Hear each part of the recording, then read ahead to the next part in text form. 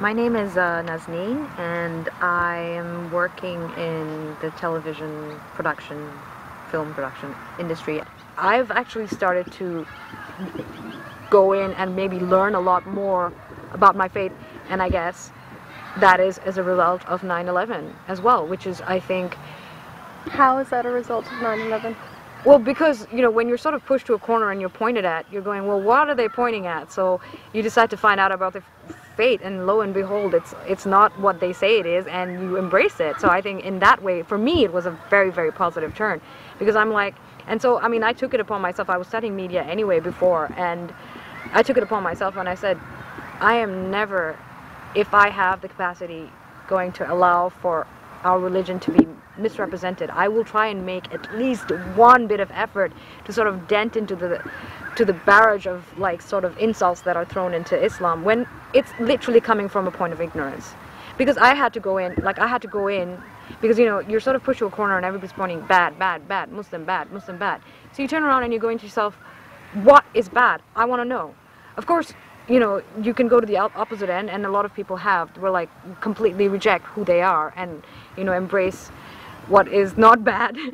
But, you know, I felt this was intrinsically a part of me, and I didn't think that I should have abandoned it. Rather, I wanted to explore it more, and when on exploring it, I found that it's not bad, it's brilliant. It's brilliant, yeah. Given your background, what are some of the observations that you've made when, you know, in the course of interviewing or filming people regarding Muslim-West relations? In a way, Muslims are trying to sort of grapple with how to sort of come up with a response. I think for the first initial response after 9/11 was like, sorry, sorry, sorry, that's not who Muslims are, sorry, sorry, sorry. And I think after a point in time, we realized, why are we apologizing? Because we didn't do it. We're like the 99%. Yes, we are. So we are the 99%.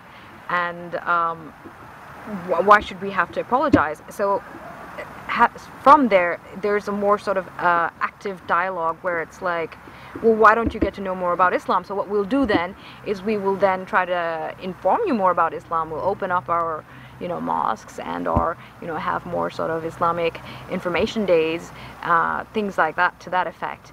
And then now I think I don't feel like there's a much clearer perspective now in terms of where the Muslim stance is, but in some respects I find that there is still that first initial cringe from, I can't believe Muslims did that in September 9, 2001, and basically I feel bad. And, you know, not only that, because of the bad press generally in the media since 9/11,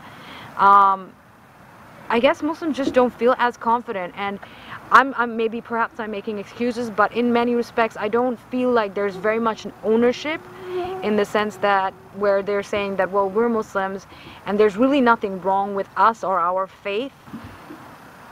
I think when we're sort of reflecting on this sort of perspective of whether it is an inescapable fact for the Australian context, or just Muslims in this context, in this time and age, post 9/11, to feel a little bit threatened or apologist or not confident to represent themselves as Muslims, you know, it does have its validity, but I think, you know, if we look at, like, history, it's when people take their ownership of who they are and, you know, make no apologies for who they are, that's when change actually is possible. I mean, I don't have to go too far back, but the civil rights rallies in America, civil rights fights, civil rights Everywhere. that everywhere has made a difference, and more particularly if you look at the African American cause in just what, 4 or 5 decades ago, so half a century ago, which isn't that long.